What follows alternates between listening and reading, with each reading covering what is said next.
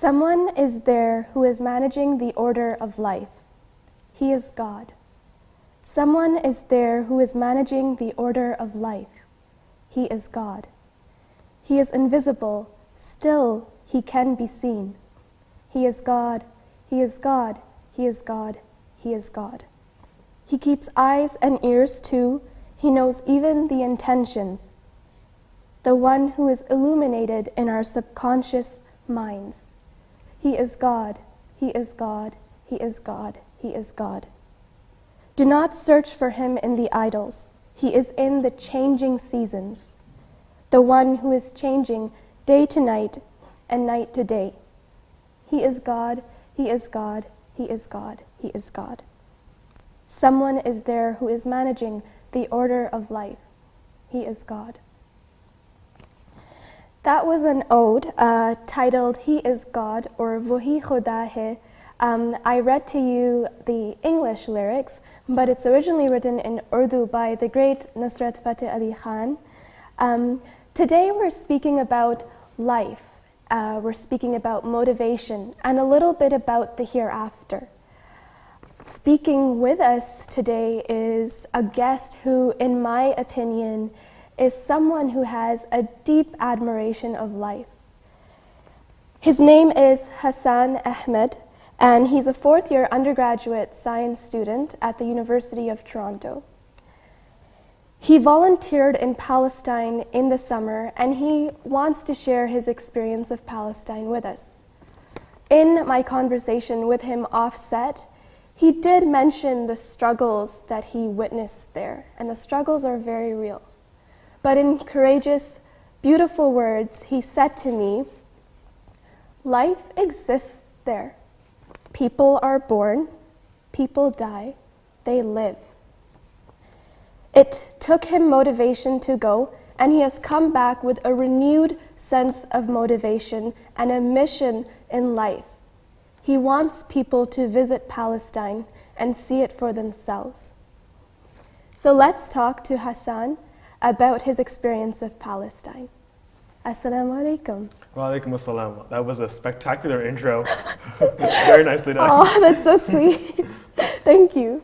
And people's stories only add more to the things that I have to say, so if it was spectacular, it's probably because I was touched with the conversation we had offset. So thank you. Thank you. How are you? I'm doing great. How are you?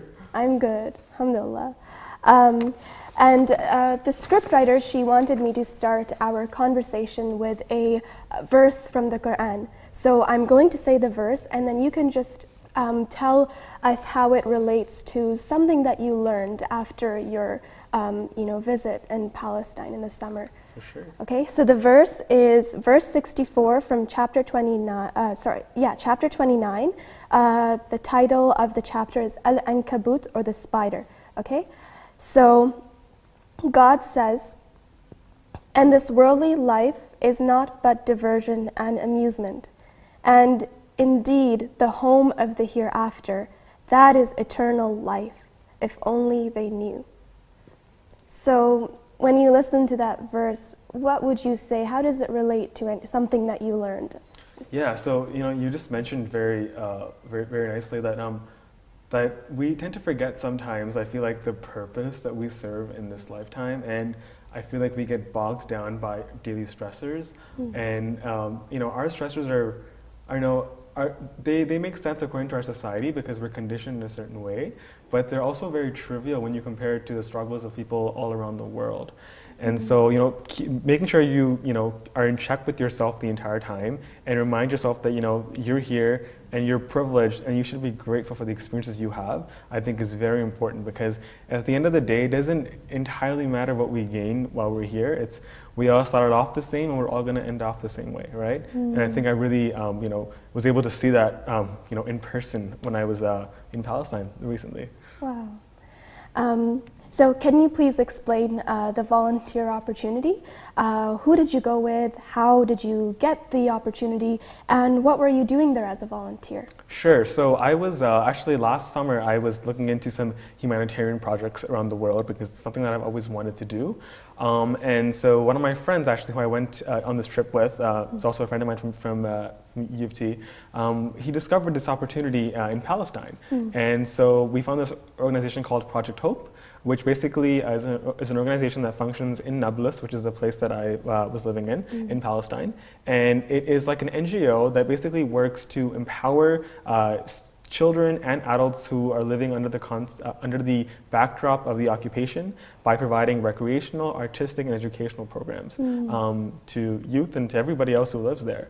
And so we thought it was pretty interesting. And so we looked into it, of course. And so I was gone for 2 weeks via Project Hope. And it was, quite a life-altering experience. I don't want to sound cliche, but it kind of was in the experiences Traveling that we can had. often be, so I don't think it's... Right, and it's just, it was a different general. kind of traveling because you were on I was sort of on a mission to see what lies beyond what I've seen. I feel like living in Toronto, I feel like sometimes I live in a bubble where although it's ironic that we come from a diverse community, mashallah, but we live in this sort of society where we only have one sort of homogenous perception of certain things. And I feel like gaining that from this experience really changed the way I look at certain things. So what were you doing there as a volunteer? Right, sorry, I forgot to mention that. No, that's okay. So I was That's there fine. for 2 programs actually. I was there for a medical internship where basically we were there, we would go to the refugee camps outside of Nablus and we did like little things like BMI checkups, oral cavity checkups. We measured like their blood pressure and their glucose levels, oral cavity, things that a lot of these people have never experienced in their lives. Like for example, the first day when I brought in like the weighing machine to the camp, like the kids formed a line because they wanted to jump on this thing and they wanted to know what number I was giving them because they didn't really know what it was. And like that moment I was just like, this is something that I see on the daily in my washroom and like it's just there and we know what it is, but there are people in Palestine in that refugee camp that were mesmerized by this machine that would change dials when they stepped on it. And I was like wow, And then the other thing we did was we actually also taught English there to the university students, and they could converse well, but pronunciation and pronouns and like little things like the difference between like there and there. So we worked on that with them as well for the 2 weeks. There was also a social media class you mentioned? Yeah, so we weren't actually conducting that, but like the head of Project Hope told us that, listen, when you come to Palestine in Nablus, bring any skill sets you have and we can create a class out of that. And so I thought that was really cool. Like there was a volunteer that was there with us who led a social media business marketing class to university students in Nablus. Wow. I thought that was so great, So basically any skill sets you have, you bring to them and they're able to, help people in Nablus with that experience. Wow. So I like a lot of us Muslims, I would say, are they are pained, they're hurt by the broken governments and poverty that they see in their homelands or in other lands. But not every one of us goes, visits, and volunteers. What was it that pushed you to embark on your journey? What was it that that encouraged you, and you were able to say, "I'm going to go to Palestine and I'm going to volunteer"? Right, yeah, very good question, because sometimes we think about these things, but it's hard to really pinpoint what to do. It's actually very ironic. I was studying for the MCAT last year in the summer. It was a very stressful experience, as some might agree.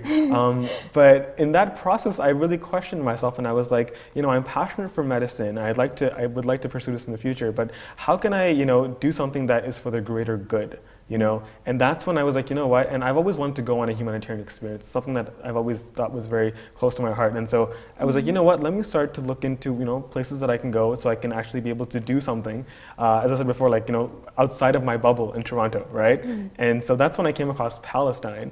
And Palestine in particular was spoke to me because I feel like as a kid, we've all learned so much about them. We unfortunately like prayed for them on many instances. Yeah. It's a conflict that I've heard about my entire life. Yeah, it's like a part of us. You're Yeah, right. exactly. You've heard it since you were young. With the Muslim Yeah. Ummah, I feel like it's something Yeah. that we've heard since we were kids, right? Yeah, you're right. And so I've always wanted to see what it would be like, and also I wanted to experience a place where the civilization is different from Toronto, and and that was very evident in the loss of freedom they have there, or the inability to have mobility because of certain restrictions, and so that was very important for me to see, and I was like, it was difficult, as you can imagine, coming from a Pakistani background, I come up to my dad one day and I tell him, Baba, I want to go to Palestine.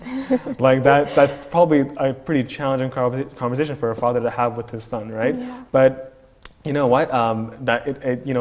With being able to see that it's actually safe to visit, I really wanted to clear some misconceptions in my head and also with other people, right? And so that was very important to me, for me to see. And I think it's it's great for most people to go and see a place like that. Yeah. Do you see a biased media coverage of Palestine in the West? Are the ground realities different than what's shown on mainstream media? And we can continue this question after the break, because we're going to have to take a break soon. But are the ground realities different than what's shown on mainstream media? That's a very good question. You know what?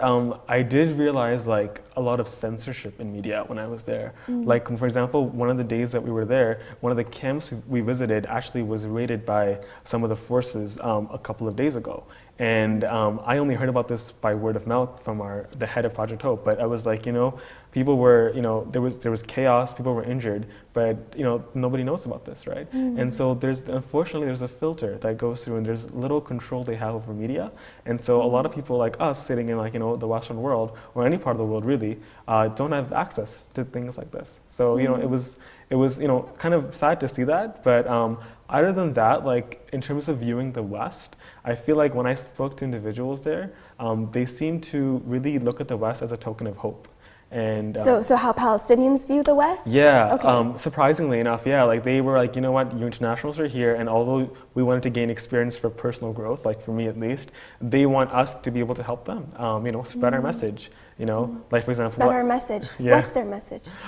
Their message, well, more specifically, I think spread the kind of lifestyle they live there, because I feel like when I think of Palestine, and when most people think of Palestine, they think of infrastructure broken down, they think of suffering humans, they think of dust, they think of broken areas. It's a very subdued image, right?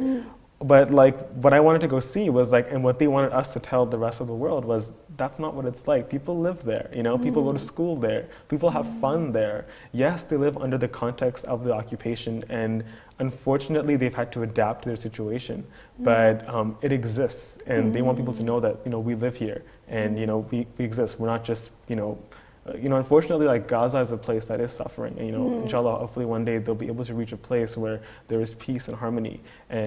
But the rest of Palestine is it's progressing in a way that most people might not really expect. Okay, so we're just going to take a break soon. We're going to take a break now, but we'll be sharing more after, so stay tuned.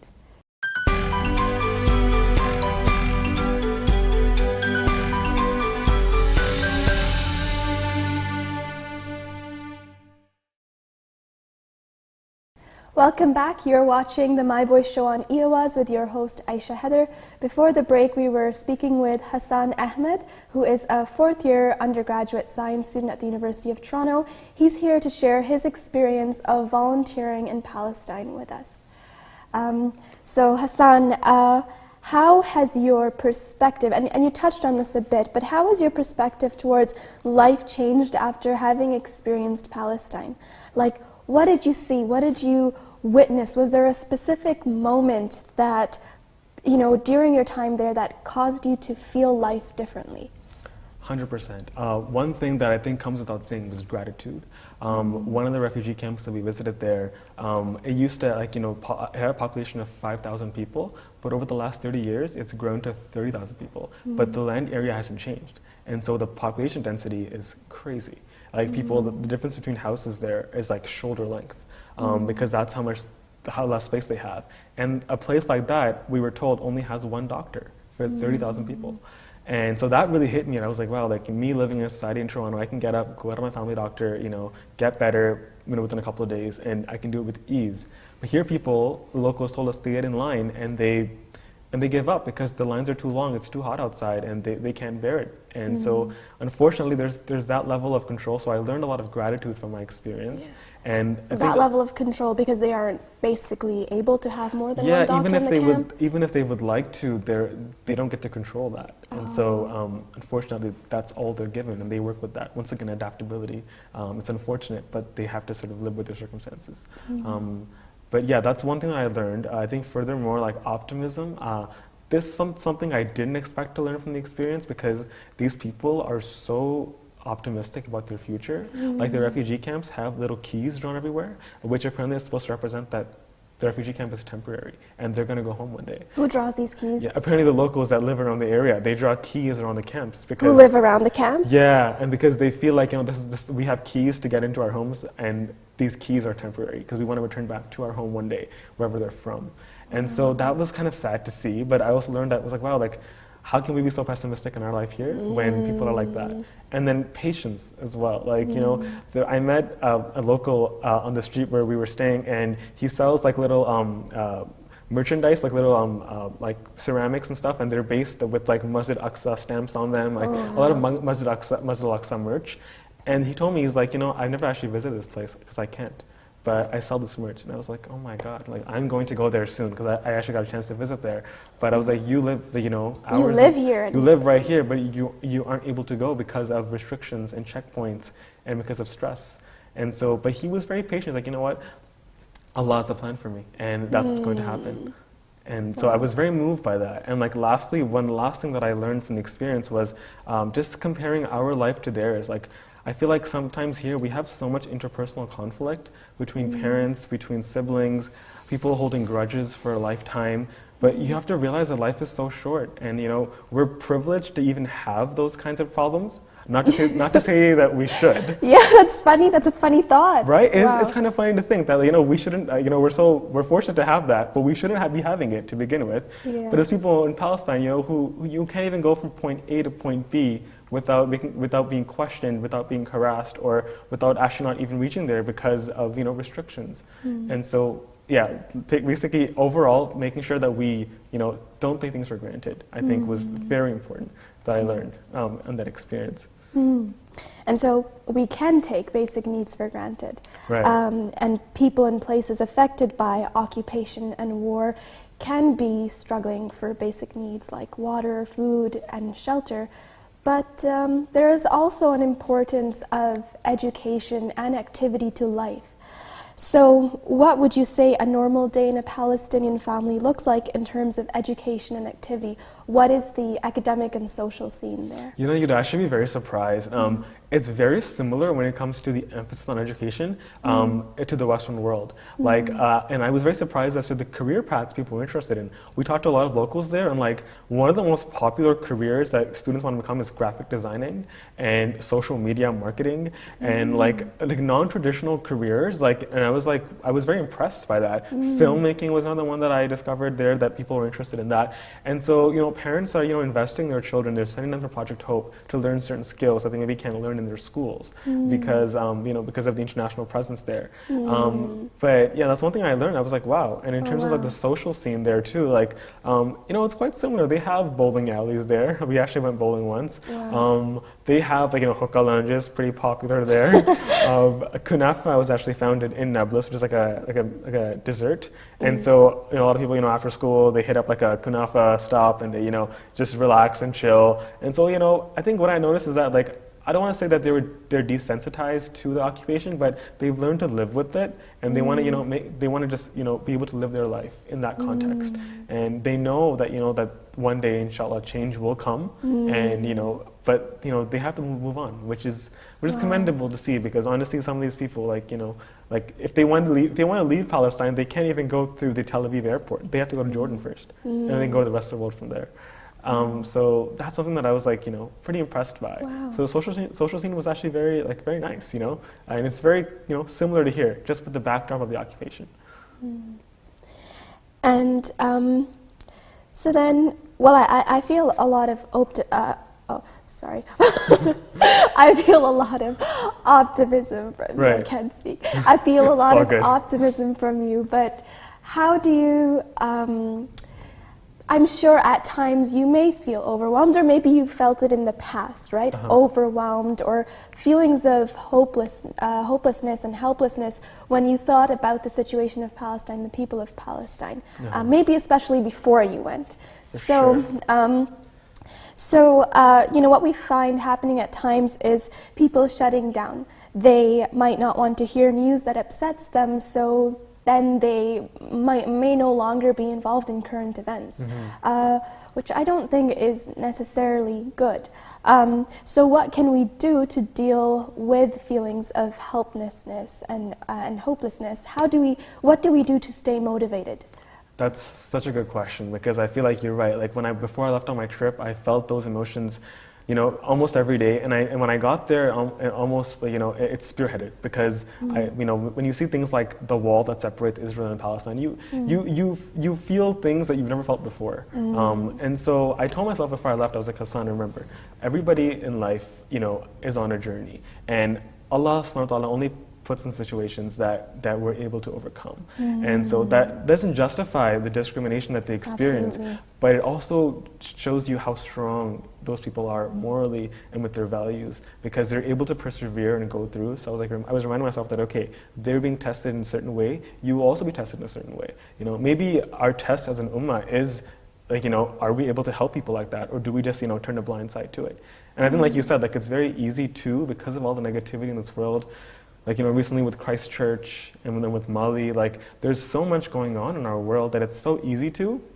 I think what keeps me motivated and keeps me going is questioning myself and questioning, like, privilege. Sometimes I think to myself that, okay, I'm Hassan, I was born here in Toronto, but there's a kid in Palestine who was born in Nablus who has very different rights that I have, but he doesn't deserve that. You know, he didn't choose that life. We all came from the same clay, the same cloth that Allah subhanahu wa ta'ala made us from. So why is it that I get to have this lifestyle, but somebody else gets to have a different one?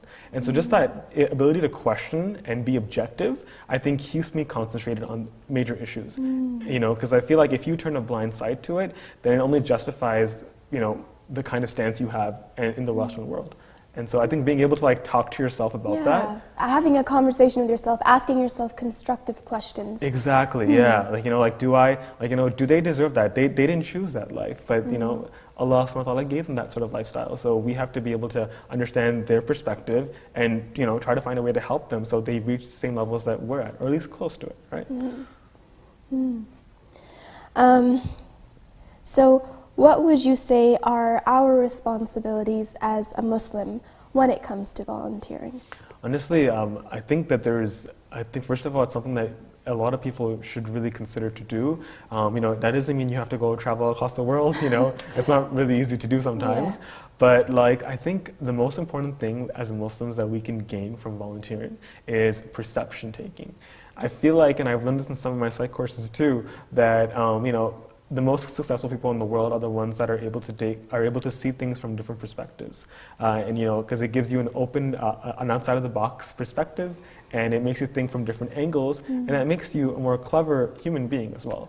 And so I feel like, you know, with opportunities like this, our ummah is so diverse, you know, and for us being able to just, you know, localize ourselves within the people that we see on the daily, we only have one homogenous perception of life. And so I feel like volunteering, whether that be, like, you know, going outside or even, like, meeting different kinds of people within your community, you know, that gives you a totally different perception, which I think is really beneficial, you know, moving forward in life. And whether that's, you know, volunteering at a soup kitchen nearby, that gives you, you know, interaction with people that have a different perception in life because of what they're going through. Something that you probably don't understand just by looking at pictures or reading. Or if you can, that's great. You know, most people aren't able to do that, right? And so I feel like that perception taking as Muslims is so important. And, you know, there's so many great people out there. It's just that we have to be able to talk to them and understand their perspective for us to be able to see the world in a better place. And then, you know, that would give you motivation to also do more in life. you're very right about volunteering being like a way to expose yourself to different people and different ideas. I think that's very relevant to like my own experience. Like volunteering is really helpful. Yeah, because I volunteered at the Alzheimer's Society in London, and a lot of like the population there is like white elderly people, and then the community that I grew up in, I've actually lived in the same neighborhood since I was born. It's mostly Muslims, Desi people or Arabs. I can relate to that too. So just being able to talk to these like elderly people and who are different faith, different background. And even like I had a companion too, like who was someone who I saw more frequently. I learned so much from him, and it did make me think about things differently. It's a wonderful. I think it's so important, and you don't even realize the benefit until you walk out of the experience. You look back and reflect, like, wow, I just learned that, and I couldn't have done that unless I took this sort of step, right? Okay, so what is your message to the viewers who are concerned about the situation of Palestine, but are a little lost or unsure in knowing how to help? Right, so I know like it's difficult for everyone to be able to, travel and do these kinds of experiences. Like if you're able to visit Palestine, that would be spectacular. Feel free to connect with me as well. I can definitely give you some guidance on that. And I'm also thankful to my parents, to like let me go on this kind of experience. It's probably daunting for a parent to think about it like this. That's true. But other than that, I feel like there are certain things you can do to learn more about the conflict, which will motivate you to hopefully take different steps. For example, like one of the volunteers that I met on the trip, her name is Catherine N, and she's actually developed this new page via project, and she actually has lived in Palestine for quite some time now, and it's called Behind Closed Doors. And she basically like does like a Humans of Palestine sort of thing, and basically it explores everybody, a lot of people she visits, she explores her story online. And so you can definitely check that out on Facebook. I think it's very interesting. And she's also set up a GoFundMe page at the moment, because she's actually trying to create a playground for children who live with the occupation near Hebron. And so if you can help support that, that would be spectacular. They have unfortunately, like with places like that, funding is very scarce, and it's based on the government and international donors really. And so I think that if you want to help in some monetary way, that would be spectacular. That's really nice, a playground for children. Yeah, a playground, because children living under the occupation, it's very stressful because they don't get those opportunities that maybe children in other parts of the world get, right? And so I think that was very important. And other than that, making sure that just reevaluate, even without being able to go there, just reevaluate your life. If you can just make a difference within your own life with gratitude, I feel like you're at least contributing to them, as opposed to, if you're unable to travel, actually have interaction with them. Just, reevaluate your principles, your needs, your wants, right? And I think that if we can do that, I think it's the little things like, in Palestine, I witnessed that they have a shortage of water, or water is controlled by Israeli forces, and so you have to, the water pressure is very little, but we managed to survive 2 weeks there. They managed to survive on the daily with that, right? So little things like we can implement in our life that would be able to help inadvertently people in Palestine. Wow. So I think that's one way of looking at it. Wow, that's really beautiful. Yeah. All right, so thank you so much, Hassan, for coming, and thank you for the responsibility that you feel in sharing what you learned after Thank you visiting. for asking me to come on the show. It was a spectacular experience. Yeah. All right, and thank you to all of you for tuning in. You can visit us on our website at myvoicecanada.com, and until next time, from the EOS studio with My Voice.